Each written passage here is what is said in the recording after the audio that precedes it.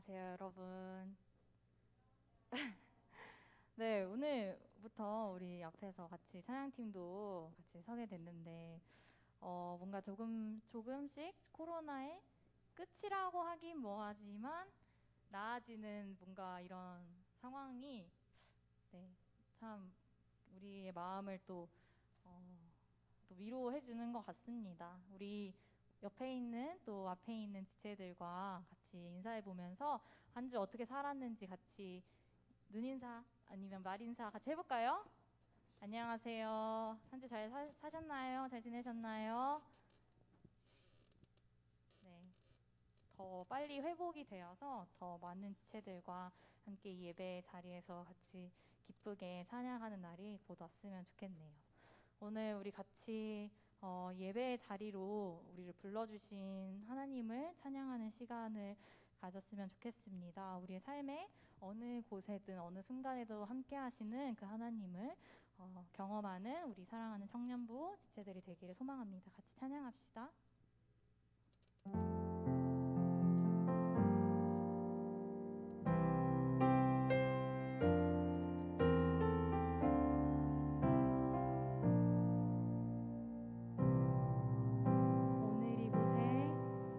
오늘 이곳에 계신 성령님 우리에게 말씀하시고 우리 가르치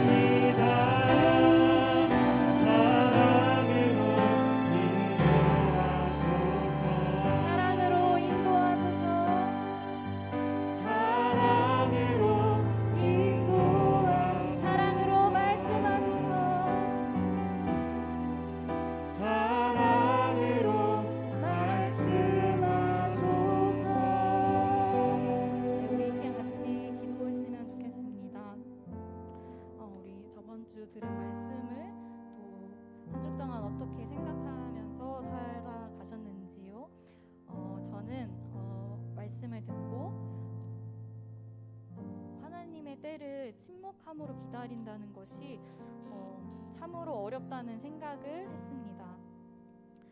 우리가 해결할 수 있는 것 같은 상황, 뭔가 내 힘으로 할 수 있는 것 같은 그런 환경들을 어떻게 침묵함으로 하나님 앞에 다 드릴 수 있을까를 생각했는데요. 그러면서 또 모순으로 느낀 건 그렇게 침묵해야겠다, 정말 하나님 앞에 드려야겠다고 고백한 제 삶이 정말 아무것도 하지 않은, 정말 그냥 조용한 삶. 그러니까 침묵한다는 것이 하나님 앞에 나아가 기도하는 것이 아니라 그저 아무것도 하지 않고 무기력하게 있는 모습이었음을 이 시간 고백합니다. 여러분들의 삶은 어떠셨는지요? 정말 침묵한다는 것이 하나님 앞에 기도로 정말 내 모든 것을 다 드리는 삶이 되셨었나요?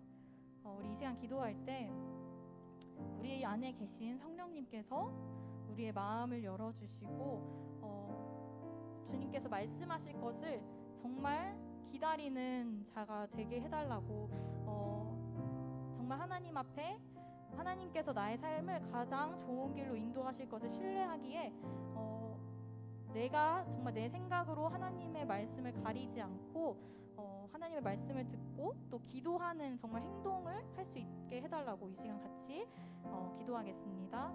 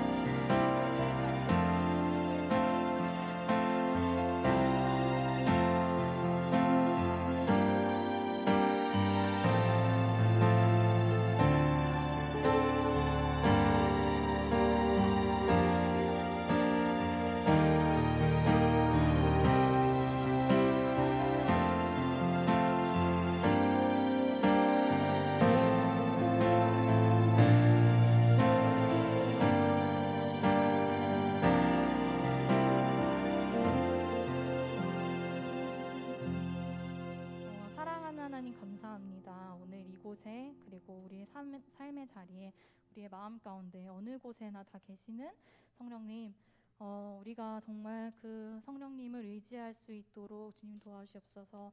나 혼자 나의 생각으로 또 나의 목소리를 내는 것이 아니라 내 안에 계시는 성령님의 음성을 듣기를 구하는 우리 사랑하는 지체들이 되게 도와주시고, 그것을 구할 때 또 주님의 때를 알려주시는 그 음성을 들을 수 있도록 듣는 귀를 허락하여 주셔서 우리의 삶에 우리가 혼자 가는 것이 아니라 기름을 부어주시는 주님을 느낄 수 있는 우리 사랑하는 청년부 지체들이 될 수 있도록 주님 도와주세요.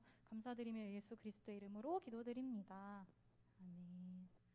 네, 오늘 2부 예배 때 3부 예배도 마찬가지겠지만 우리 철로역정 동상이었나요? 조형물 얘기를 하시면서 낙심하는 크리스천의 옆에는 사탄 조형물이 있어, 그 옆에는 기름을 부으시는 그리스도라는 조형물이 있었다고 했잖아요.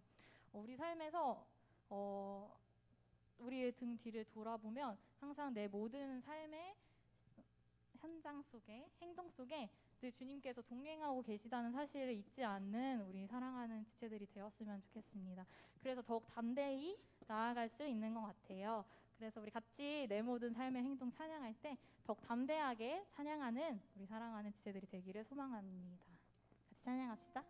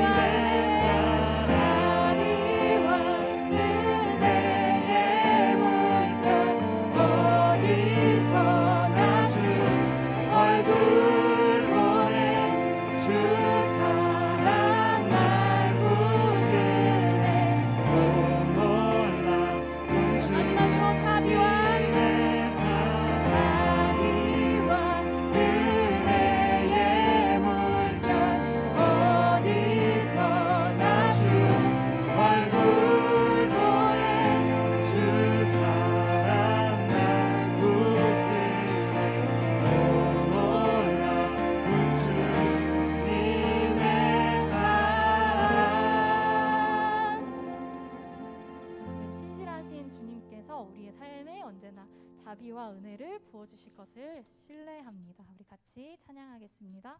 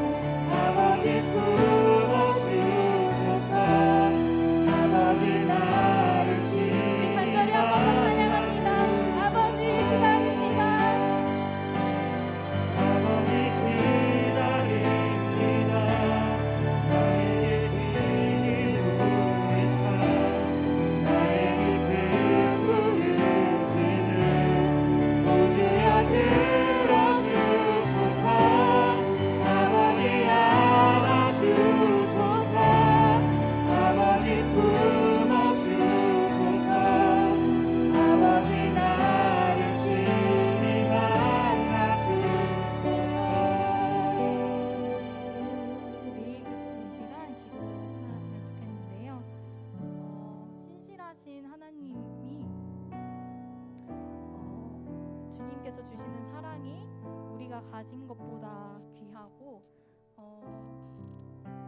우리의 힘보다 강하다는 사실을 우리가 알았으면 좋겠습니다. 우리는 변하고 우리의 마음도 변하고 상황이 변하여도 변하지 않는 우리 신실하신 하나님을 묵상했으면 좋겠습니다.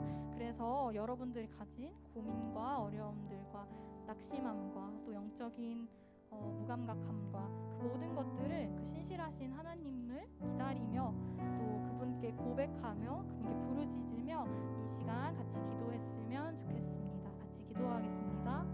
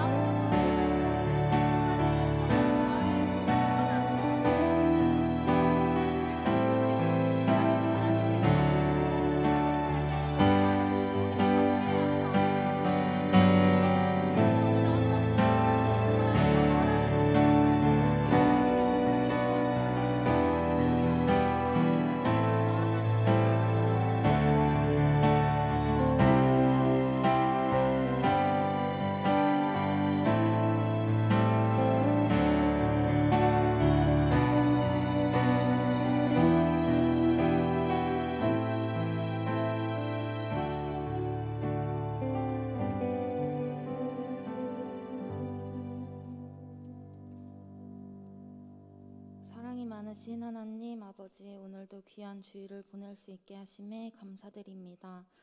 매 주일마다 기도하며 다짐한 것들은 우리들의 삶 속에서 잊고 살아갑니다. 우리들의 연약한 마음을 긍휼히 여겨주시고 하나님만을 의지하는 프라우스 청년들이 될 수 있게 해주세요. 현장 예배가 조금씩 풀려가고 있습니다. 새롭게 시행되는 단계적 일상 회복 속에서 더 철저하게 예방하며 좋은 방향으로 나아질 수 있게 도와주세요. 또 프라우스 청년들이 코로나의 핑계로 멀어졌던 마음을 되잡고 예전에 뜨거웠던 마음으로 하나님을 다시 붙잡을 수 있게 해주세요. 이제 말씀을 시작하려고 합니다. 주님의 말씀을 전해주시는 김인천 목사님께 많은 은혜 내려주시고 그 은혜를 통해 저희에게도 은혜가 흘러오기를 바라며 살아계신 예수님의 이름으로 기도드립니다.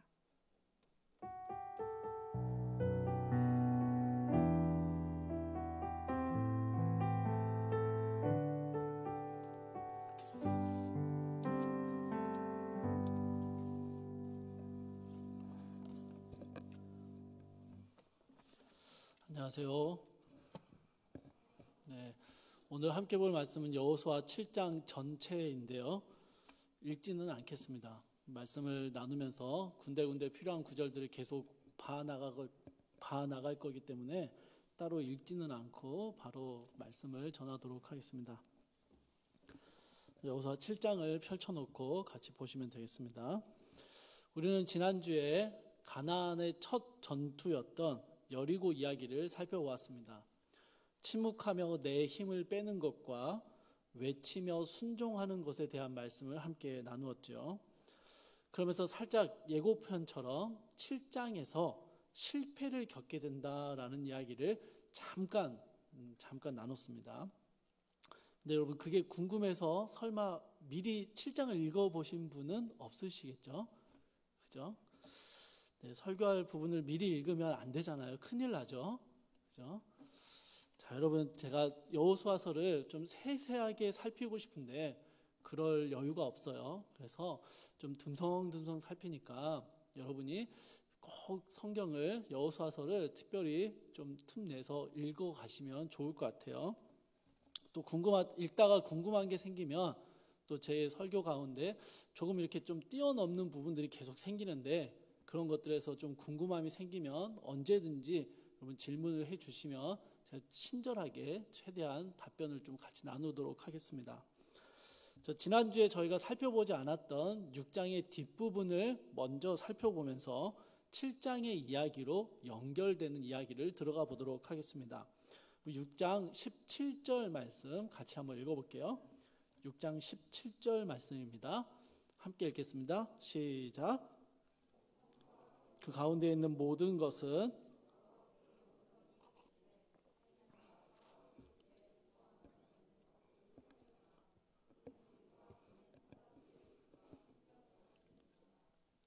여호수아는요, 여리고 성의 모든 것들을 여호와께 온전히 바쳐야 한다라고 명령을 했습니다. 다만 라합의 집에 있는 사람들만 예외로 살려두도록 명령했죠. 여러분 6장 19절을 보면 은금과 동철 기구 등 이 금속 전리품들은 하나님의 곳간 안에 보관하도록 명령을 내렸습니다. 그래서 이스라엘은요, 실제로 가나안 성벽이 무너지고 나서 6장 21절에서 성 안에 있는 모든 것을 온전히 바치되 남녀노소와 소와 양과 나귀를 칼날로 멸했다라고 기록하고 있습니다. 또 24절에서는요, 여리고성의 모든 것들을 불태워버리는데 금속 전리품들은 따로 빼내서 성막, 하나님의 곳간 안에 보관해 두는 것을 볼 수 있습니다. 여호수아가 명령한 그대로 지킨 것이죠. 그런데 여러분, 여호수아가 이스라엘 백성에게 내린 명령 중에요, 경고가 담겨 있는 명령도 하나 있었습니다. 그게 18절 말씀입니다. 6장 18절 말씀 같이 읽어볼게요. 시작. 너희는 온전히 바치고 그 바친 것 중에서 어떤 것이든 취하여 너희가 이스라엘 진영으로 바치는 것이 되게 하여 고통을 당하게 되지 아니하도록 오직 너희는 그 바친 물건에 손대지 말라. 계속 바치다라는 이야기가 반복되니까 무슨 의미인지 잘 모르겠죠. 여러분, 이 말은 하나님께 바쳐야 할 물건을 바치지 않고 이스라엘이 가져가게 되면 이스라엘이 하나님께 바쳐지는 고통을 당하게 될 것이다 라는 경고의 말씀입니다. 6장의 뒷부분에 계속해서 등장하게 되는 여호와께 바치다라는 이 말이 여러 차례 반복이 되는데요. 그래서 여러분, 여호와께 바치다라는 이 말의 의미를 정확하게 이해하고 있어야 여호수아 6장뿐만 아니라 7장의 내용들 전체를 또 그 이유를 이해하는데 굉장히 중요합니다. 여러분, 2장에서 라합의 이야기를 저희가 살펴볼 때요, 진멸하다라는 히브리어 단어의 뜻이 완전히 제거해서 없애버리다라는 뜻과 또 하나 다른 뜻이 있다라는 말씀을 드렸었는데 혹시 기억합니까? 그게 하나님께 바치다라는 의미였어요. 여러분, 바치다라고 번역된 단어와 진멸하다라고 번역된 이 단어의 히브리어 단어가 동일하게 헤렘이라는 단어입니다. 자, 여러분 기억을 한번 더듬어 봅시다. 가나안 전쟁을 가장 특징적으로 표현할 수 있는 단어가 무엇이었습니까? 진멸하는 것이었죠. 그래서 가나안 전쟁은 곧 진멸하는 전쟁이다라고 저희가 함께 나누었습니다. 하나님께 바치는 전쟁입니다. 여러분, 그러면 가나안에서 도대체 무엇을 진멸해야 하고 무엇을 하나님께 바쳐야 한다고 했습니까? 뭐였죠, 여러분? 그게 진멸해야 될 게 뭐였어요? 가나안의 죄였습니다. 가나안의 죄 때문에 가나안 땅에 만연해 있는 죄악들을 완전히 제거해 버려야 했고 하나님의 통치 아래 두기 위해서 그 가나안의 모든 죄악들을 하나님께 바쳐야 했던 것입니다. 이게 진멸하는 전쟁의 의미였죠. 그런데 여러분, 이스라엘이 하나님의 명령을 어기고 진멸하지 않고 남겨두게 되면 어떻게 될까요? 바쳐야 할 물건들을 바치지 않고 자기들이 취하게 되면 어떻게 되냐라는 것이죠. 여러분, 제거해 버려야 할, 진멸시켜야 할 죄악들이 이스라엘 가운데 남아있는 것이고요. 이제 하나님은 이스라엘을 진멸의 대상으로 보시는 것입니다. 이스라엘이 도리어 하나님께 바쳐지게 되는 것이죠. 이것을 6장에서 설명하고 있는 것입니다. 그런데 여러분, 여호수아서에서 여호와께 바치다라는 표현이 사용될 때요, 뭔가 좋은 물건들을 남겨둬서 따로 모아서 하나님께 진상한다, 드린다라는 의미로 사용된 것은 아닙니다. 그렇게 오해하시면 안 됩니다. 가나안의 죄악들을 이스라엘 중에서 남김없이 제거하는, 진멸하는 것이고요, 그 죄악들을 하나님의 통치와 주권 아래로 드리는 것, 그걸로 바치는 것, 이게 바치다, 진멸하다의 의미입니다. 여러분, 이 단어의 의미 이해가 됐죠? 자, 그 의미를 알고 있어야 여호수아의 전쟁 이야기 전체를 올바르게 이해할 수 있습니다. 혹시 이해가 안 되면 다시 손을 들어서 표시를 해주세요. 다시 설명할게요. 다 이해됐죠? 자, 혹시 이해 안 되면 예배 마치고라도 꼭 연락을 해서 이해하고 넘어가야 됩니다. 이걸 잘 짚어줘야 여호수아 전체 이야기가 올바르게 그 의미를 우리가 볼 수 있어요.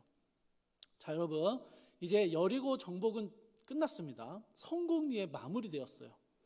이제 7장의 내용으로 들어가야 합니다. 여호와께 바치다라는 의미도 이해했고 7장으로 들어갑시다. 우리 1절 말씀을 함께 읽어보겠습니다. 1절입니다. 시작. 이스라엘 자손들이 온전히 바친 물건으로 말미암아 범죄하였으니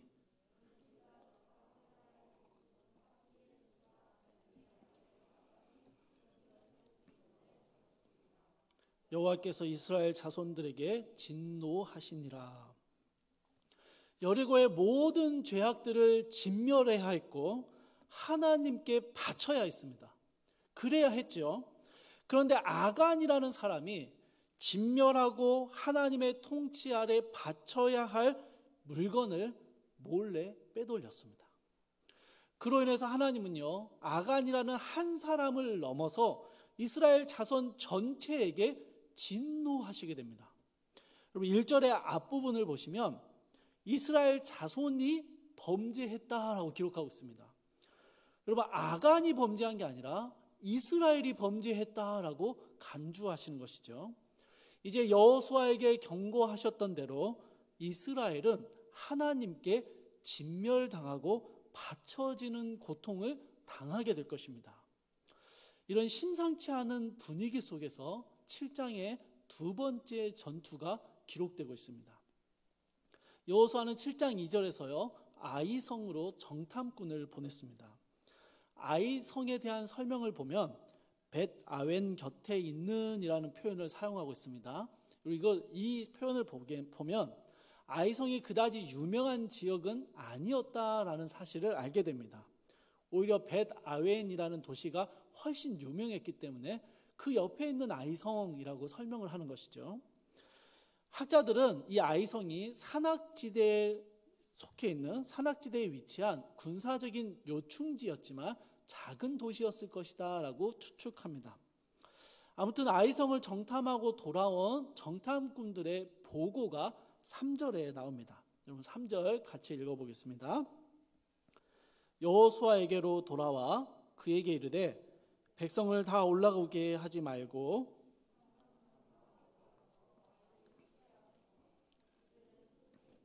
모든 백성을 그리로 보내어 수고롭게 하지 마소서 하므로. 여러분, 정탐꾼들의 보고가 참 요상합니다. 일단 여리고성을 정탐했을 때 자연스럽게 나왔던 그들과 달리 하나님께서 그 땅을 우리에게 주셨다라는 식의 하나님의 승리 공식이 빠져 있습니다. 여러분, 하나님의 전쟁의 대부분을 보면요, 하나님이 그들을 우리의 손에 붙이셨다라는 이 승리 공식이 대부분 나옵니다. 이게 하나님의 일하심의 공식인데요, 이 아이성 정탐꾼들은 이 공식을 빠뜨립니다. 하나님의 승리에 대한 고백이 없었다라는 것이죠. 그리고 아이성의 사람들을 소수라고 설명하고 있습니다. 소수라고 평가하고 있어요. 그리고 나중에 8장 25절을 보면 진멸한 아이성 주민들의 숫자가 12,000명이다라고 기록되어 있습니다. 여러분, 여리고성보다 더 많은 숫자죠. 우리가 추측했던 여리고성의 숫자보다 더 많은 수예요. 그런데 정탐꾼들이 그들을 뭐라 부르냐고요? 소수라고 부릅니다. 그러면서 우리의 군사 2천에서 3천 명 정도만 가면 충분하다라고 이야기합니다. 여러분, 마지막으로요, 모든 백성을 그리로 보내어 수고롭게 하지 마소서라고 이야기합니다. 여러분, 이 발언이요, 굉장히 이상하고 기분 나쁜 발언입니다. 뭐냐면요, 여리고 성을 정복할 때는 모든 백성이 괜히 고생했었다라는 듯한 뉘앙스를 담고 있기 때문입니다. 여리고성에서 우리 너무 고생했잖아요. 그러니까 아이성은 그냥 모든 백성 고생시키지 말고 2, 3천 명만 보냅시다 라고 제안하고 있는 것이죠.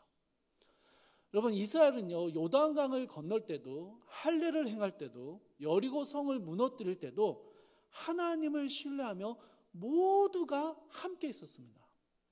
그런데 여리고에서의 승리 이후에 정탐꾼의 보고와 제안은 무언가 어긋나고 있음을 보여주고 있습니다. 지난주에 살펴봤던 침묵하고 외치는 모습이 완전히 빠져 있는 것이죠.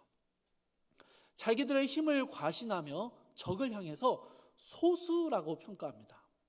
2, 3천 명 정도만 있으면 우리의 힘으로 충분히 이길 수 있다라고 이야기합니다.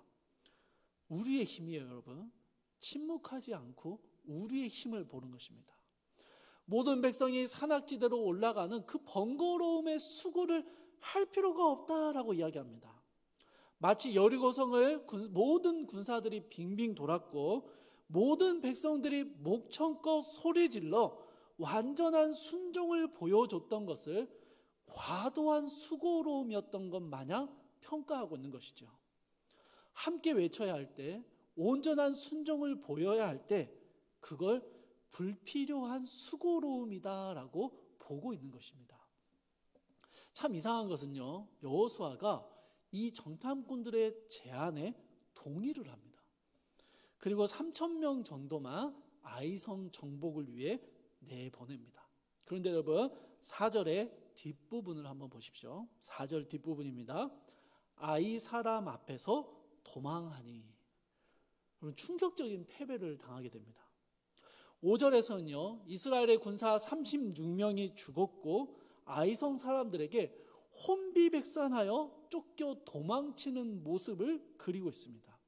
이런 이스라엘의 모습을 향해서 백성의 마음이 녹아 물같이 되었다라고 설명하고 있습니다. 마치 여리고성의 사람들의 간담이 녹았던 것처럼 이제는 이스라엘이 그 마음이 녹아 물처럼 변해버리는 것이죠. 여러분, 하나님의 백성들이요, 하나님의 전쟁을 싸우는데 우습게 여겼고 별것 아니다 생각했던 아이성에서 충격적인 패배를 당합니다. 그리고 도망칩니다. 여호수아가요, 이 사건 앞에 즉시 옷을 찢고 이스라엘 장로들과 함께 하나님의 임재를 뜻하는 언약궤 앞에서 언약궤 붙들고 통곡하며 기도합니다. 6절부터 9절까지 나오는 여호수아의 탄식 기도는 하나님께서 우리를 떠나셨고 우리를 버리셔서 우리가 이 지경에 처하게 됐으니 어떡합니까? 라는 통곡의 기도입니다. 탄식이었습니다. 그런데 여러분, 10절을 한번 보십시오. 10절에서 하나님께서요, 여호수아에게요, 일어나라, 어찌하여 이렇게 엎드렸느냐라고 말씀하시는데요. 여러분, 이 말씀의 이 내용과 어조가요, 굉장히 싸늘합니다. 막 이렇게 탄식하며 기도하는 여호수아에게 가서 여호수아야 일어나, 이게 아니에요. 여러분, 일어나. 굉장히 싸늘한 반응입니다. 하나님의 명예 때문에 탄식하는 척 하지 말고 멈춰, 일어나, 그만해 라고 말씀하십니다. 문제의 본질이 뭔지도 모르고 하나님이 도와주지 않아서 이렇게 됐다라는 식으로 탄식하는 것을 멈추라고 말씀하십니다. 그러면서 이스라엘이 가진 진짜 문제를 지적하시죠. 여러분, 11절과 12절 말씀 우리 같이 읽어보도록 할게요. 11절과 12절입니다. 시작.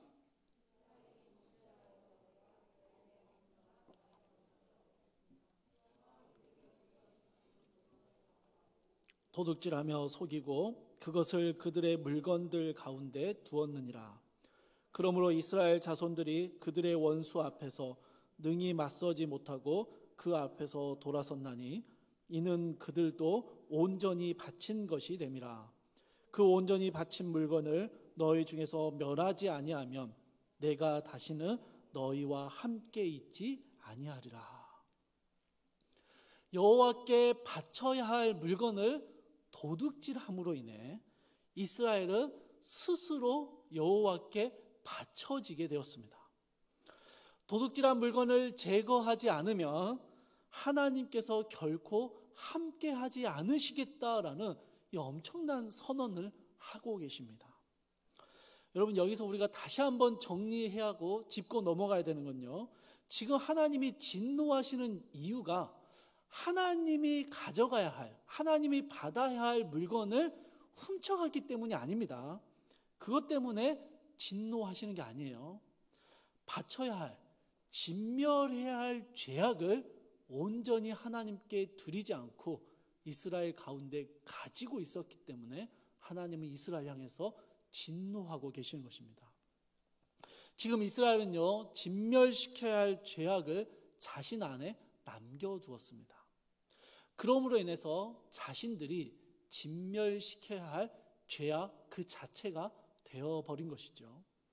이처럼 이스라엘 안에 남겨둔 죄악들을 제거하지 않으면 하나님은 결코 그들과 함께하지 않겠다라고 말씀하신 것입니다. 이어서 하나님은요, 여호수아에게 죄악을 저지른 사람을, 그 인물을 제비뽑기를 통해서 찾아내도록 명령하십니다. 그런데 여러분, 제비뽑기라는 것은요, 지금은 이렇게 하면 안 돼요. 지금 이렇게 하면 안 되는데, 구약 시대에는 제비뽑기는요, 전적으로 하나님이 주관하셔서 무언가를 선택하시고 결정하시는 방법으로 인정되었습니다. 그래서 이 모든 과정을 하나님이 직접 주관하신다라는 의미를 담고 있습니다. 자, 이제 15절의 앞부분을 한번 보도록 할게요. 15절의 앞부분입니다.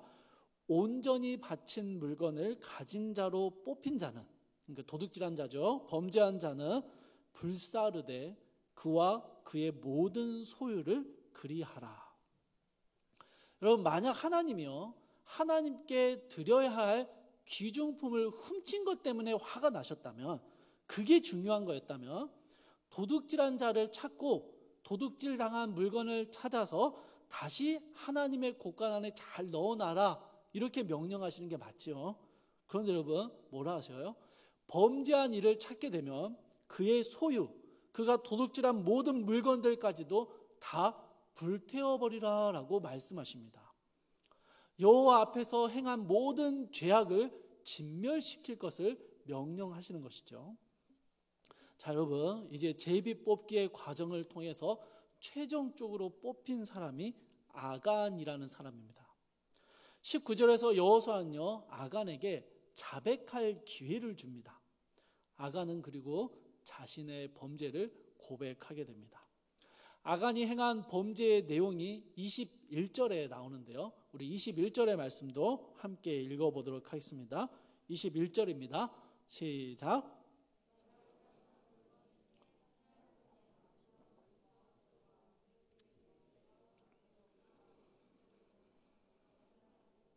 탐내어 가졌나이다. 보소서, 이제 그 물건들을 내 장막 가운데 땅 속에 감추었는데 은은 그 밑에 있나이다 하더라. 여러분, 아간이요, 훔친 물건들을 땅 속에 감추어 두었다라는 건 무슨 의미일까요? 이게 잘못된 걸 자기도 아는 거죠. 그죠? 자신의 행위가 죄라는 것을 알고 있었고 그래서 숨겨두었다라는 것입니다. 아간의 죄는요, 고의적인 범죄입니다. 알면서 짓는 죄입니다. 자, 아간의 범죄를 좀 더 구체적으로 살펴보겠습니다. 아간이 훔친 물건은 먼저 시날산의 아름다운 외투 한 벌이었습니다. 여러분, 여기서 시날산이라는 것은요, 메이드 인 시날, 이런 의미입니다. 시날에서 만든 것. 여러분, 신할 평야 하면 혹시 떠오르는 성경의 사건이 있습니까? 신할 평야. 어디서 들어본 것 같은데. 그죠? 바벨탑. 바벨탑을 세웠던 곳이 신할 평야입니다.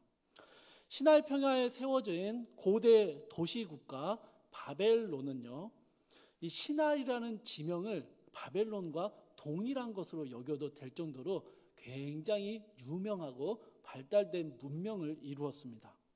그래서 여러분, 신할산 외투라는 말은요, 현대식으로 말하면 최고급 이탈리아 명품 외투, 뭐 그런 의미입니다. 여러분, 아간은요, 당대의 페피였습니다. 페피 알죠? 연기가 뭔지 알아? 연기가 알면 다 아는 거예요. 패션 피플. 그렇죠? 광야에서만 살았을 아간이요, 신할산 외투를 한눈에 알아봤습니다. 그리고 그것을 불태우는 게 너무 아까웠어요. 그래서 입어보지도 못할 그것을 몰래 빼돌려 땅속에 묻어두었습니다. 또 은 200세겔과 금 50세겔도 훔쳐서 그 역시 땅에 묻어두었습니다. 여러분, 참 웃기죠? 죄인 줄 알아요. 그리고 그것을 훔쳐도 자기가 소유하거나 자랑할 수 없다는 것도 알아요. 그런데 여러분, 그것을 훔치고 나서 마음 편히 한번 써보지도 못합니다. 안절분절하면서 제비 뽑기의 과정을 지켜봐야 했습니다. 이런 아간의 모습이 참 불쌍하게까지 여겨집니다. 그런데 여러분, 아간은 이렇게 뻔히 알면서 왜 죄를 지었을까요? 왜 물건들을 빼돌렸던 것일까요? 여러분, 성경은요, 이러한 아간의 죄의 원인, 아간이 왜 이렇게 범죄하고 물건을 훔치게 되었는지 그 원인에 대해서 정확한 설명을 하지 않고 있습니다. 그러나 여러분, 성경은 역시나 단서들을 남겨두고 있습니다. 자, 여러분, 아간의 죄를 고백하는 21절의 중간 부분에요, 보고 탐내어 가졌다라는 표현을 여러분 찾아보시겠습니까? 찾으셨어요? 보고 탐내고 가졌다라고 이야기합니다. 자, 여기에 이제 손가락을 끼워두고 창세기 3장 6절로 찾아가 보겠습니다. 창세기 3장 6절입니다. 다시 와야 되니까 꼭 뭔가를 끼워둬야 돼요. 창세기 3장 6절, 제가 한번 읽어드릴 텐데 강조하는 부분을 한번 잘 들어보세요. 여자가 그 나무를 본즉 먹음직도 하고 보암직도 하고 지혜롭게 할 만큼 탐스럽기도 한 나무인지라. 여자가 그 열매를 따 먹고. 여러분, 인류 최초의 범죄 현장을 기록하고 있는 하와가 하나님의 명령을 어기고 범죄하는 장면에서요, 보고 탐내고 취했다, 땄다라는 이 아간의 범죄 행위와 똑같은 히브리어 단어들이 사용되고 있습니다. 여러분, 이게 무슨 의미일까요? 형태는 다르고 시대는 다르지만 죄라는 것의 본질은 같았다라는 것이죠. 같았습니다. 하와는 뱀을 통해서요, 하나님의 피조물인 인간이 그 인간이 갇힌 위치에 불만을 가지게 되었습니다. 자신들이 하나님처럼 선악을 결정할 수 있는 존재가 아니라 하나님의 결정을 그대로 따라야만 하는 존재라는 것이 불만족스러웠습니다. 내 인생의 결정권자가 내가 아니라 하나님이라는 사실이 불평이 생긴 것이죠. 그래서 하나님과 같이 될 수 있다라는 뱀의 유혹을 받아들였습니다. 선악을 알게 하는 나무의 열매를 보았고 탐냈고 취한 것이죠. 자, 이제 여호수아 본문으로 돌아옵시다, 여러분. 여러분, 성경이 아간의 범죄를 설명하는 세 가지의 단어들을 통해서 아담과 하와가 범죄했던 최초의 죄와 동일한 본질을 가지고 있음을 우리에게 알려주고 있습니다. 여러분, 그러면 아간이 무언가 불만족스러웠고 불평했고 무언가 하나님처럼 되고 싶어 했다라는 의미인데요. 그럼 이 아간이 가진 불평과 불만족은 도대체 무엇이었을까요? 여러분, 아간은요, 광야의 40년의 시간 동안 하나님의 세밀한 돌보심을 경험했었습니다. 신명기 29장 5절에서 6절에서요, 모세가 광야의 40년을 표현할 때 이런 표현을 할 때가 있었습니다. 40년 동안 너희 몸의 옷이 낡아지지 아니하였고 너희 발의 신이 헤어지지 아니하였으며 너희에게 떡도 먹지 못하며 포도주나 독주를 마시지 못하게 하셨다라고 기록합니다.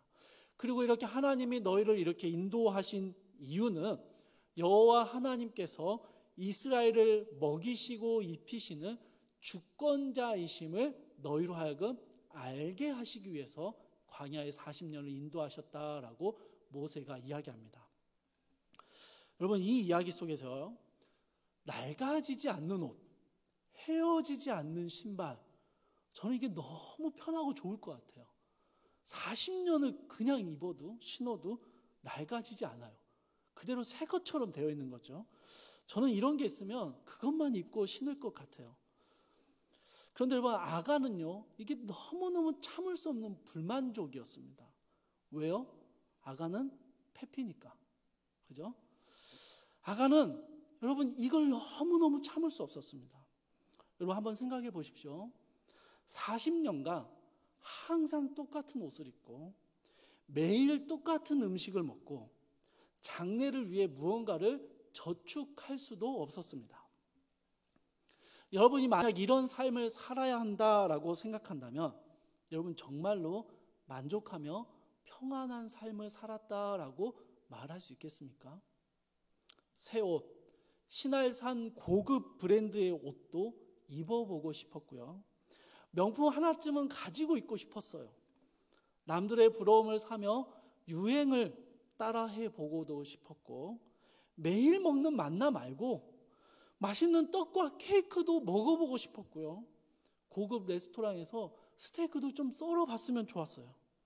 포도주와 독주도 마셔보고 싶었습니다. 그런데 여러분, 아간에게 주어진 삶은 어떤 삶이었냐? 매일 하나님이 주시는 만나와 메추라기에 기대어서 하나님이 주시는, 공급해 주시는 것들로만 살아야 하는 그런 삶이었습니다. 여러분, 아무것도 없는 광야에서요, 불기둥과 구름기둥으로 지켜주신 거 엄청난 은혜죠. 엄청난 은혜입니다. 만나와 메추라기, 반석에서 터져나온 물로 먹여주신 것도요, 정말 놀라운 기적이죠. 40년 동안 옷과 신발이 헤어지지 않았다라는 건 정말 상상할 수 없는 놀라운 돌보심입니다. 그런데 여러분, 광야의 40년의 시간은요, 풍요로움과는 너무나도 거리가 멀었습니다. 하루하루 반복되는 만나를 기다리는 삶이었습니다. 내일이라도 만나가 끊겨버리면 어떡하나라는 걱정을 안고 잠자리에 들어야 했고, 아침에 일어나면 문을 열며 만나를 기대해야만 했습니다. 한 벌뿐인 옷이 상하면 어떡하나라는 걱정 때문에 행여나 옷이 상할까 조심조심하며 입어야 했던 삶이 광야의 40년이었습니다. 물론 여러분, 우리가 오해하면 안 되는 건 출애굽할 때요, 이스라엘이 하나님의 은혜로 애굽에서 정말 많은 재물과 가축들을 가지고 나왔어요. 그래서 그들이 엄청 가난하고 궁핍했다, 그건 아닙니다. 그러나 여러분, 분명한 것은요, 광야에서의 삶이다라는 것은요, 하나님의 은혜와 도우심이 끊어지는 순간 생명과 모든 것을 잃어버릴 수 있는 그런 삶이었습니다. 자, 이제 젖과 꿀이 흐르는 가나안 땅으로 들어왔습니다. 그런데 여러분, 어떻게 됩니까? 만나는 그쳤어요. 그리고 가나안의 수확물들을 먹을 수 있게 되었는데 하나님이 뭐라고 명령하세요? 가나안에 있는 것들, 가나안 족속들의 그 소유물들을 다 진멸해버리고 바치라고 명령하십니다. 여전히 하나님이 주시는 것만, 하나님이 허락하고 공급해 주시는 것만 만족하며 먹고 입으며 살아가라라고 명령하시는 것이죠. 사랑하는 청년 여러분, 아간은요, 이게 불만족스러웠습니다. 하나님만이 선악을 결정하시고 자신들은 그 결정을 따라가야만 한다라는 사실에 내가 내 삶의 주인이 되고 싶고 하나님같이 되고 싶었던 아담과 하와처럼 아간은요, 하나님의 인도하심에 따라 결정될 수밖에 없는 자신의 삶이 불만이었습니다. 젖과 꿀이 흐르는 가나안에 들어왔는데 그것들을 다 진멸시켜 버려야 하고 하나님께 바쳐야 하고 하나님이 주시는 것만 누리고 살아야 한다는 것이 불만족스러웠던 것이죠. 그리고 그런 아간의 눈에 가나안의 풍족한 산물들이 보였습니다. 아름다운 시날산 외투가 보였고요, 금과 은 덩어리를 보았습니다. 그는 탐이 났습니다. 하나님께 모든 것을 의존해야만 하는 삶이 지긋지긋했죠. 그래서 내일 당장 만나가 끊겨버린다 할지라도 아무 걱정 없이 살 수 있는 삶을 탐은했습니다. 하나님이 도와주시지 않아도, 하나님의 인도하심이 없어도 내 힘으로 잘 살아남을 수 있는 안정적인 삶을 가지고 싶었습니다. 하나님의 은혜에 전적으로 기대어 살아가는 삶이 아니라 하나님의 공급이 갑자기 끊겨버려도 큰 어려움 없이 가나안에 정착하며 살아갈 수 있게 자신을 도와줄 수 있는 은과 금이 탐이 났던 것이죠. 그렇게 삶의 안정을 얻고 싶었습니다. 그래서 그는요, 죄인 줄 알면서도 보이는 그것을, 탐나는 그것을 자신의 소유로 삼기로 결정했고 가져갔습니다. 주 안에서 사랑하는 청년 여러분, 아간의 범죄의 본질은요, 하나님께 드려야 할 헌물을 빼돌린 게 아닙니다. 하나님이 내 인생의 주인이신 것에 불만족했고요, 자기 인생의 주관자가 되기를 원했고요, 스스로 안정할 수 있는 삶을 가지기를 원했던 것입니다. 하나님과 같이 내가 내 삶의 주권자가 되기를 원했던 것이죠. 그러면 여러분, 하나님이 주신 그 많은 은혜들은 다 잊어버리고 불만족하는 아간이 정말 너무하다라고 생각되십니까? 아니, 어떻게 이렇게 하나님을 배신할 수 있지? 라는 생각과 그렇게 아간을 비난할 수 있겠습니까? 저는 직장 생활을 하다가 신대원에 들어갔었습니다. 신대원을 다니며 파트 교육자로 사역할 때 섬기며 두 아이를 양육하고 있었습니다. 저는 생계가 과연 가능할까라는 걱정이 많았는데요, 되더라고요. 물론 결혼할 때 들고 시작한 전세 보증금을 그 시기에 다 빼먹으면서 살았습니다.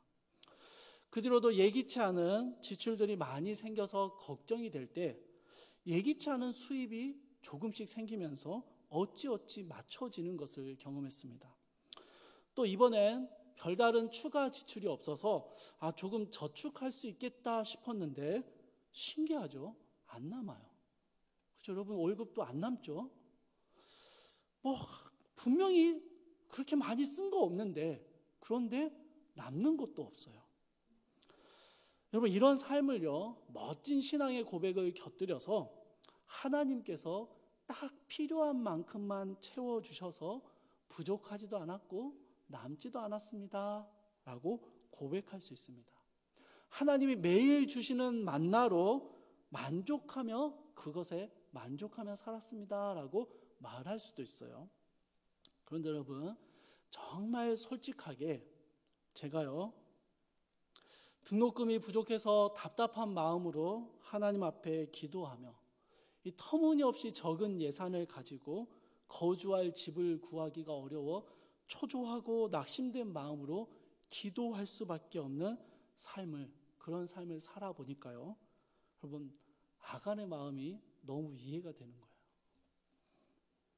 만나를 기다리며 하염없이 하늘만 바라보며 살아야 하는 그 삶이 불만족스러웠고 스스로 자신의 삶을 준비해 보려고 했던 이 아간의 범죄가 공감이 되는 거예요. 그래서 아간을 비난할 수가 없겠더라고요. 주 안에서 사랑하는 믿음의 후배 여러분, 여러분은 어떻습니까? 정말 하나님이 주시는 것만으로 만족하며 살 수 있겠습니까? 손을 뻗으면 잡을 수 있을 것 같은 신할산 외투와 은과 금을 여러분 진짜 포기할 수 있습니까? 안정된 직장이 없어도 텅 빈 통장을 들고서도 천정부지로 올라가는 집값을 보면서도 나는 하나님 한 분만으로 만족해. 하나님은 내 삶에 필요한 모든 것들을 채워주실 것이야. 나는 하나님만 바라보며 하나님의 말씀에 순종하며 그분께 기대어진 삶을 살 거야. 여러분 이렇게 고백할 수 있겠습니까? 여러분 만나만 먹으면서 살 수 있겠어요? 신할산 외투가 없어도 정말 괜찮나요?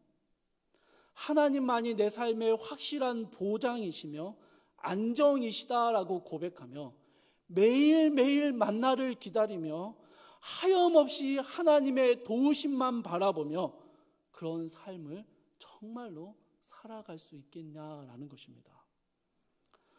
여러분 아간은요 만나가 끊겨버렸고 이제는 가나안에 정착하며 살아야 하는데 무언가 안정감을 가지고 싶었습니다. 쓰지도 못할 은과 금을 그것을 땅속에 몰래 묻어만 놓아도 마음이 든든했을 거예요. 그럼 죄라는 거 알지요? 그러니까 숨겨뒀습니다. 그런데 땅속이라도 은과 금이 묻혀 있으니까 소득이 끊기고 갑작스러운 어려운 일을 만나게 된다 해도 대처할 수 있을 것이다 라는 생각에 마음에 안정감과 든든함이 생기는 것이죠. 여러분 하나님만 신뢰하며 살아야 한다는 거 누가 모릅니까? 하나님이 우리의 모든 것들을 공급하신다는 거 우리 날마다 고백하잖아요. 그런데 통장에 잔고가 좀 있어야 하나님도 더 신뢰할 수 있게 되더라는 것이죠. 돈 문제로, 가정 문제로, 혹은 가정과 건강과 직장의 문제로 걱정하며 고민하지 않아도 되는 삶을 그렇게 내 삶을 좀 안정적으로 만들어 주시면 내가 하나님께 더 온전히 집중하고 하나님께 더 온전한 순종을 보이며 살 수 있을 것 같다라는 생각이 여러분 그런 생각이 안 드십니까? 내가 안고 씨름해야 하는 수많은 문제들 매일 답답해하며 하나님께 구해야 하고 하나님의 도우심을 기댈 수밖에 없는 그 문제들과 결핍들이 불만족스러우지는 않으십니까? 그리고 그것들을 내 힘으로 채워놔야 한다라는 생각이 들지 않냐는 것입니다. 하나님의 도우심이 없어도 무너지지 않을 내 삶을 준비하고 싶은 것이죠. 여러분 이게 아간이 가진 죄의 본질이었고요. 아간이 죄를 범한 이유였습니다. 그리고 우리가 이 아간을 비웃거나 욕할 수가 없는 것은요. 이 아간이 이해가 되고 아간의 마음이 공감이 되기 때문이죠. 우리가 바로 아간이기 때문입니다. 여러분 여호수아는요 이 아간의 장막 안에 숨겨져 있는 아간의 이 많은 마음들, 아간의 죄악들을 모든 것들을 이스라엘 자손들 앞으로 그들이 모두 볼 수 있도록 그 앞에 꺼내놓도록 명령합니다. 아간의 범죄와 그 증거들이 모두에게 다 드러내고 있는 것이죠. 그런데 여러분 성경이요 이 부분에서 굉장히 특이한 표현 한 가지를 사용하고 있습니다. 23절의 끝부분입니다. 23절의 끝부분에요. 여호와 앞에 쏟아 놓으니라. 아간의 범죄의 결과물들을요. 아간이 그것을 훔치고 숨겨두었던 그 범죄의 원인들을 그의 불만족과 하나님과 같이 자신의 인생의 주관자가 스스로 되고 싶었던 그의 욕망들과 탐심들을 여러분 어디에 쏟아놨다고요? 여호와 앞에 쏟아놨습니다. 이스라엘 모두가 볼 수 있도록, 이스라엘에게 본보기가 될 수 있도록 이스라엘에게 보여주는 것도 맞았지만 실제로는 뭐라고요? 여호와 앞에 그 아간의 깊은 마음을, 숨겨진 마음을 하나님 앞에 쏟아 놓았다라는 것입니다. 아간의 범죄함을 비난하고 하나님만 의지하는 삶을 살자라고 말하기에는 여러분, 우리는요 너무 아간과 동일한 마음을 가지고 살아갑니다. 아간이 가진 그 죄의 본질을 우리 역시 가지고 있습니다. 하나님만으로 만족하고 하나님이 주시는 것만으로 살아갈 수 있다라고 감히 고백하지 못하고요, 하나님이 없어도, 하나님의 도우심이 끊어져도 살아갈 수 있는 방법을 만들고 싶어 합니다. 우리의 삶을 우리 스스로가 지키고 싶어 해요. 하나님의 도우심이 없어도 우리는 얼마든지 잘 살아가고 있습니다. 매일 주시는 하나님의 은혜를 경험하지 못해도 우리는요 아무렇지 않게 잘 살고 있고요, 우리의 은과 금을 열심히 땅에 묻어두며 살아가고 있습니다. 그래서 우리는요 야간의 모든 죄악들이 여호와 앞에 쏟아지고 있다라는 이 말씀을 깊이 들어봐야 합니다. 아간은요 여호와 앞에 쏟아진 그 죄들로 인하여 돌에 맞았고 모든 것이 불살라지는 처벌을 받게 됩니다. 그러면 우리는 어떨까요? 여호와 앞에 아간과 같은 우리의 마음이 쏟아져 내리면 돌멩이를 맞고 불살라지는 걸까요? 우리는 다릅니다. 그래서 참 감사합니다. 우리는 우리의 죄를 대신 지시고 십자가에 죽으신 예수 그리스도로 인하여 모든 죽음의 형벌에서 벗어나게 되었습니다. 그러니 이제 우리는요 형벌의 두려움 없이 여호와 앞에 나가서 우리의 모든 죄악들, 불만족과 탐욕과 답답함과 막막함들을 쏟아 놓을 수 있는 것이죠. 여러분, 우리의 주권자이신 하나님 앞에 우리의 마음을 다 쏟아낼 수 있습니다.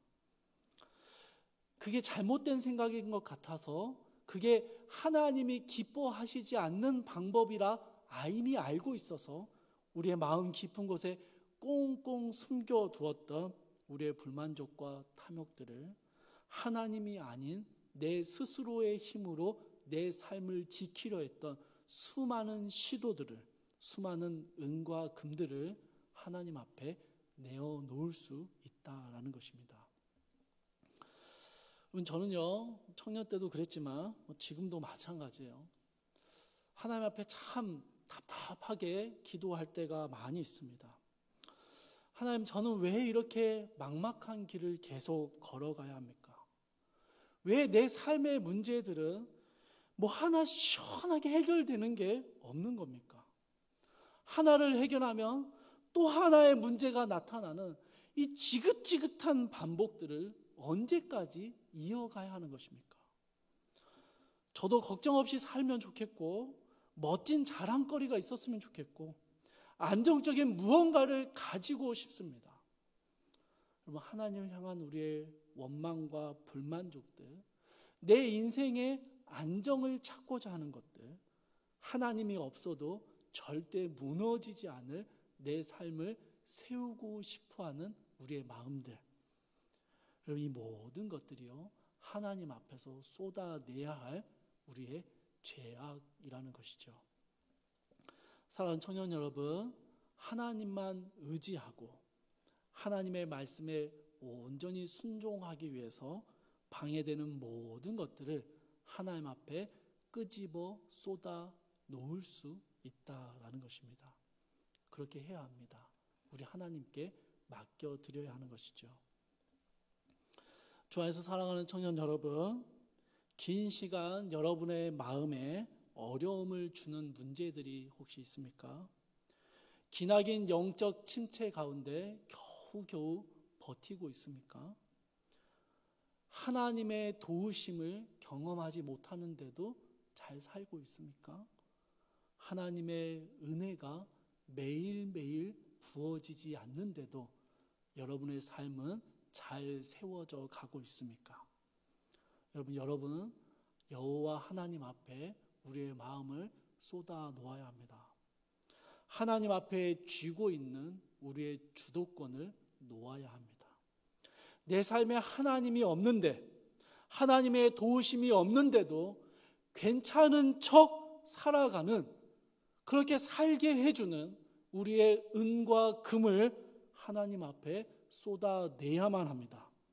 우리의 죄악들, 내가 내 삶의 주인이 되고 내 삶을 주관하고자 하는 이 불만족의 모든 죄악들을 하나님 앞에 내려놓아야만 합니다.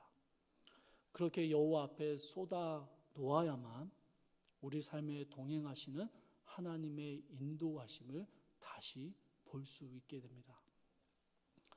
사랑하는 여러분, 귀한 믿음의 길을 함께 걸어가는 우리 사랑하는 브라우스의 청년 여러분, 우리 인생에 참 필요한 게 많지요.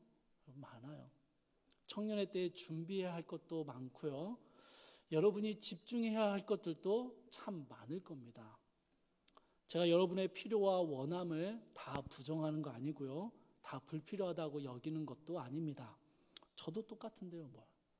그러나 여러분, 우리의 마음을 가득 채우고 있는 것들, 하나님께 온전히 맡겨드리지 못하고 나의 방법과 나의 생각으로 내 삶을 지탱하려고 하고 있는 모든 것들을 하나님 앞에 온전히 쏟아내고 그 하나님의 도우심을 바라보지 못한다면, 그 하나님께서 주시는 하나님의 은혜를 간절히 사모하며 붙들지 못한다면, 여러분, 우리는요, 하나님이 우리와 함께 하시는 삶을 결코 살아낼 수 없습니다.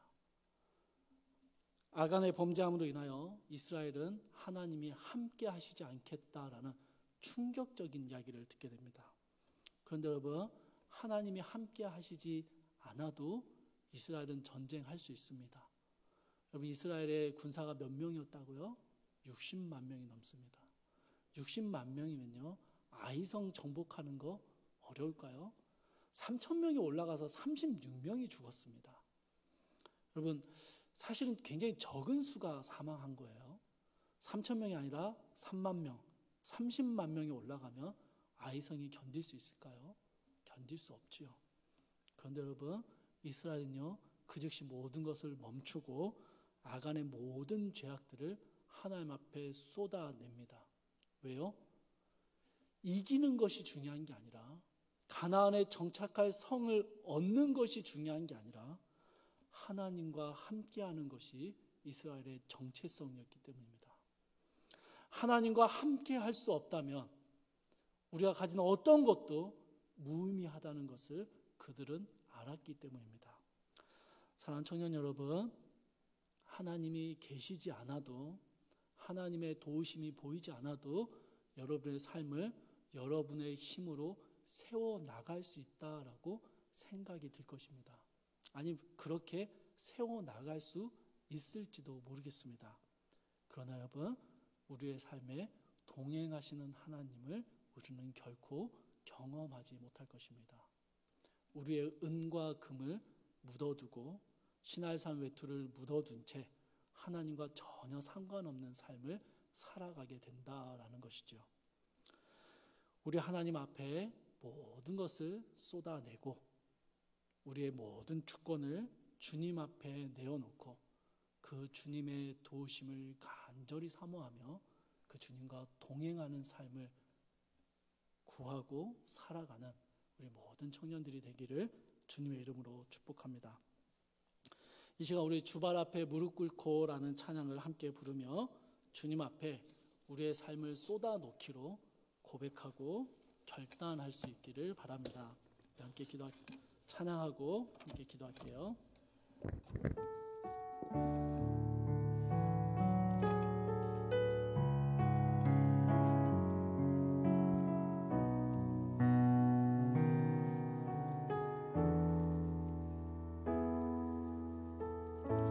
주발 앞에 무릎 꿇고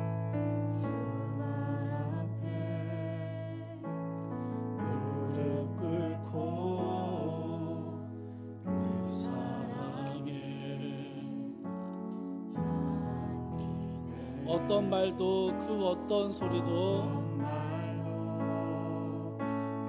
그 어떤 소리 그 말 앞에서 잠잠해지네.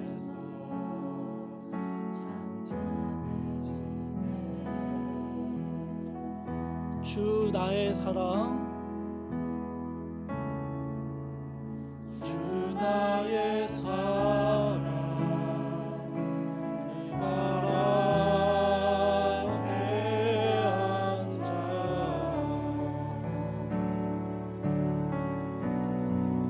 내 모든 기도는 사랑의 노래가 되네.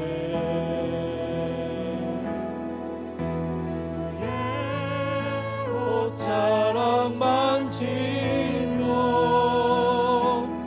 주님 그 발을 지키며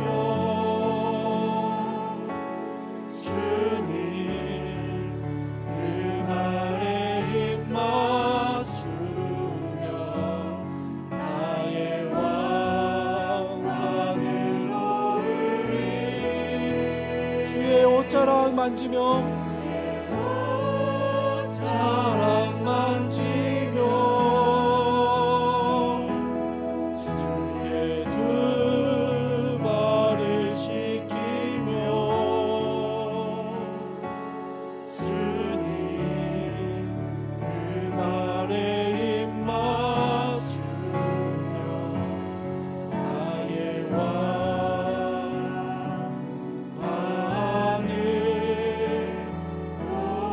우리 다시 한번 찬양합시다. 주 발 앞에 무릎 꿇고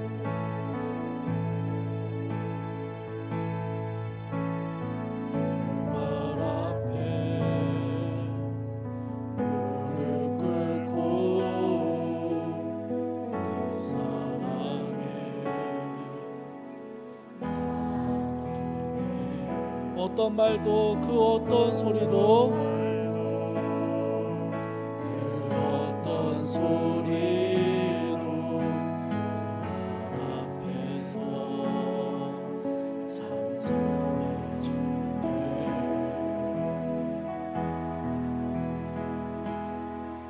주 나의 사랑 주 나의 사랑 발 앞에 앉아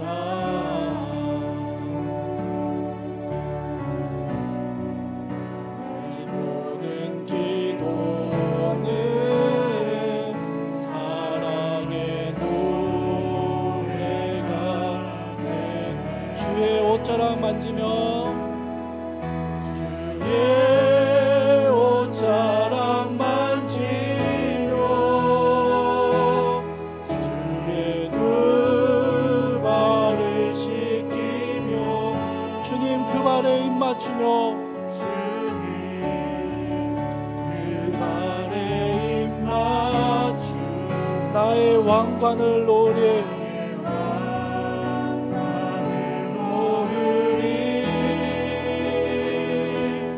주의 옷자락 만지며 주의 두 발을 씻기며 주님 그 발에 힘 맞추며 나의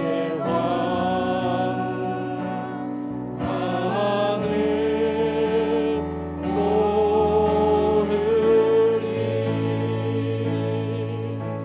우리 찬양의 고백처럼 우리의 주도권을 우리의 삶에 하나님을 떠나 얼마든지 살아갈 수 있는 우리의 삶의 많은 죄악들을 주님 앞에 온전히 쏟아놓기를 원합니다. 주님의 발 앞에 우리의 왕관을 내려놓는 것이죠. 사랑하는 청년 여러분, 하나님만 바라보는 삶은요 정말 어렵습니다, 여러분. 그래서 저는 아간의 마음이 이해가 돼요. 공감이 됩니다. 그런데요, 하나님과 동행하기 위해서는요, 하나님 앞에 우리의 주권을 내려놓고 하나님만 바라보는 법을 연습해야 합니다. 우리 하나님이요, 우리를 막 무소유의 삶으로, 가난하고 궁핍한 삶으로 이끌어 가시는 그런 분은 아니셔요. 그렇진 않습니다, 여러분. 믿음 좋으면 가난한 삶을 산다 아니에요, 여러분. 다만 우리의 모든 것들을, 우리의 주권을 하나님께 내려놓는 연습이 우리에게 필요합니다. 우리의 왕관을 주님 앞에 내려놓는 연습이 필요해요. 하나님의 도우심이 없이는 단 하루로 살아갈 수 없는 그 절박함과 하나님을 향한 온전한 의지함이 우리 가운데 있어야 하는 것이죠. 이 시간 우리 같이 한번 기도할 때 여러분의 삶에 아간의 죄와 같은, 여러분의 은과 금이 무엇인지, 여러분이 가진 신할의 외투가 무엇인지 주님 앞에 솔직하게 바라보며 주 앞에 그것들을 내려놓는 연습을 할 수 있기를 원합니다. 이 시간 우리의 것들을 여호와 앞에 쏟아 놓으니 주여 우리를 받아주시고 우리의 삶에 주님의 뜻 가운데 이루어지게 하여 주시옵소서. 그렇게 우리 같이 한번 기도하며 나아가도록 하겠습니다. 기도하겠습니다. 사랑을 많으신 하나님, 사랑하나 풍성하신 하나님, 우리 안에 하나님께 내려놓지 못하는 수많은 죄악들이 있습니다. 하나님이 없어도, 하나님의 도우심이 없어도 얼마든지 내 삶을 유지할 수 있는 은과 금을 끊임없이 땅에 묻으려 합니다. 주님이 내 삶의 주인이라고 고백하면서도 실제로는 하나님과 상관없이 내가 내 삶의 주인이 되고 싶어하는 거짓된 욕망들이 우리 가운데 있음을 고백합니다. 하나님, 하나님의 도우심을 바라보며 주님의 인도하심을 따라 걸어가는 삶, 하나님께 철저하게 의존된 삶이 너무 싫고 지긋지긋하다 느껴질 때가 있었습니다. 그래서 주님, 내 힘으로 무언가를 쌓아보려 했고 내 힘으로 내 삶을 지키고 싶었습니다. 하나님이 없어도 무너지지 않을 내 삶의 안정감을 세우고 싶었습니다. 그래서 주님, 아간의 마음이 너무 이해가 됩니다. 아간이 지은 죄악이 바로 내 안에 있는 하나님을 향한 나의 불만족임을 고백하게 됩니다. 사랑하는 주님, 사랑하는 주님, 청년의 시기에 참 많은 것이 불확실하고 답답한 이 시간들을 지나가야 하는 사랑하는 주의 청년들이 이 시기에 온전히 하나님께 맡겨지고 주님 앞에 온전히 드려지고 주님이 내 삶의 주권자이심을 고백하며 40년을 만나를 먹어도 40년간 같은 옷을 입어도 하나님을 온전히 신뢰하며 걸어갈 수 있는 귀한 믿음의 훈련을 할 수 있게 하여 주시옵소서. 사랑의 주님, 끊임없이 은과 금을 땅에 묻는 삶이 아니라 하나님 앞에 우리의 욕망을 쏟아내고 주님의 도우심을 간절히 사모하며 걸어가는 귀한 믿음의 삶, 하루하루 주님이 주시는 만나를 바라보는 그 복된 삶을 우리 사랑하는 청년들이 살아갈 수 있도록 주여 이 시간 우리의 왕관을 주님 앞에 내려놓게 하여 주시옵소서. 사랑하며 풍성하신 하나님, 아간의 범죄함을 보면서 그 아간의 마음을 이해하게 되는 것은 주님, 우리 안에도 아간과 동일한 범죄함의 마음들이 있기 때문임을 고백합니다. 사랑하는 주님, 하나님의 도우심이 없어도 우리의 삶을 얼마든지 잘 살아내기를 원하고 하나님의 은혜가 없어도 아무런 영향력을 받지 않고 우리의 삶은 세워져 가기를 원하는, 내 스스로 우리의 삶의 주인이 되고자 하는 우리의 이 거짓된 욕망과 죄의 본질을 주님 앞에 솔직하게 쏟아 놓습니다. 주님, 우리 사랑하는 청년들 참 막막하고 답답한 시간들을 이 청년의 시기를 지나갑니다. 불확실한 미래와 풀어지지 않는 문제들, 오랜 시간 노력하고 준비함에도 우리가 원하는 결과를 얻지 못함으로 낙심하고 답답해할 때가 너무나도 많습니다. 사랑하는 주님, 이 청년의 시기에 우리의 주인이 당신이심을 인정하며 우리의 주권을, 우리의 왕관을 주님의 발 앞에 내려놓고 오직 하나님만을 바라보고 주의 도우심만을 기다리는 귀한 믿음의 훈련이 우리 사랑하는 청년들 가운데 있게 하여 주시옵소서. 우리 주님이 우리의 삶을 주관하심을 고백할 뿐만 아니라 실제로도 하나님의 도우심이 없이는 하루도 살아갈 수 없는 절박함을 우리 가운데 허락하여 주셔서 우리 삶의 주권자가 당신이심을 기억하며 인정하며 살아갈 수 있도록 우리 사랑하는 청년들을 주여 붙잡아 주시옵소서. 그런데 주님, 바라옵건대 우리 사랑하는 청년들에게, 주님을 온전히 신뢰하고 의지하는 청년들에게 하나님 필요한 많은 것들을 채워주시는 주님의 은혜를 허락하여 주시옵소서. 그들이 구하고 바라고 준비하는 모든 것들이 주님 안에서 이루어져 가는 것들을 주님 보게 하여 주시옵소서. 사랑하는 주님, 우리 이 시간 주님 앞에 우리의 마음을 쏟아놓고 주의 발 앞에 우리의 주권을 내려놓는 모든 사랑하는 청년들의 삶 가운데 주님 다시 찾아와 주셔서 그들과 함께 하여 주시고 하나님의 매일 새롭게 해주시는 만나의 은혜가 임하게 하여 주시옵소서. 이제는 우리 주 예수 그리스도의 은혜와 하나님의 크신 사랑하심과 성령의 감화 교통하심이 내 안에 하나님 없이도 얼마든지 살아갈 수 있는 수많은 은과 금을 땅에 묻어주고자 했던 우리의 마음을, 우리의 주권을 주님 앞에 내려놓고 주님 발 앞에 엎드리기로 결심하는 사랑하는 모든 주의 청년들 가운데 날마다 하늘을 바라보며 주님이 주실 도우심만을 간절히 사모하는 사랑하는 모든 프라우스의 청년들 가운데 이제로부터 영원토록 함께 계실지어다. 아멘.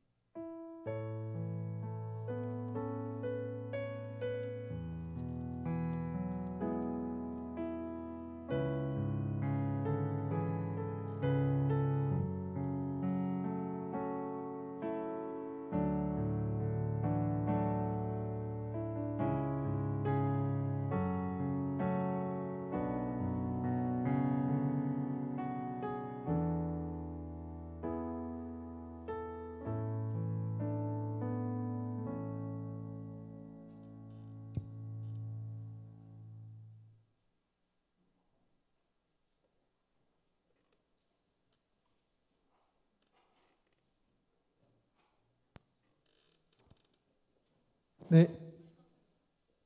네. 광고하겠습니다. 다들 잘 아시겠지만 화면에는 광고가 없는데요. 다음 주 돌아오는 토요일에 그 T 웨딩홀에서 11시 반에 우리 창희 형제의 혼인 잔치가 있습니다. 그래서 다 같이 결혼식에 가셔서 진심으로 축하해 주셨으면 좋겠습니다. 네, 그리고 오늘은 그 세일별로 GBS가 없습니다. 저희 청년부 리더들이 내년을 위해서 여러 가지 고민과 또 이야기를 나눌 텐데 각자 돌아가셔서 오늘은 모임은 없고 저희 리더들을 위해서 기도해 주세요. 네, 이상입니다.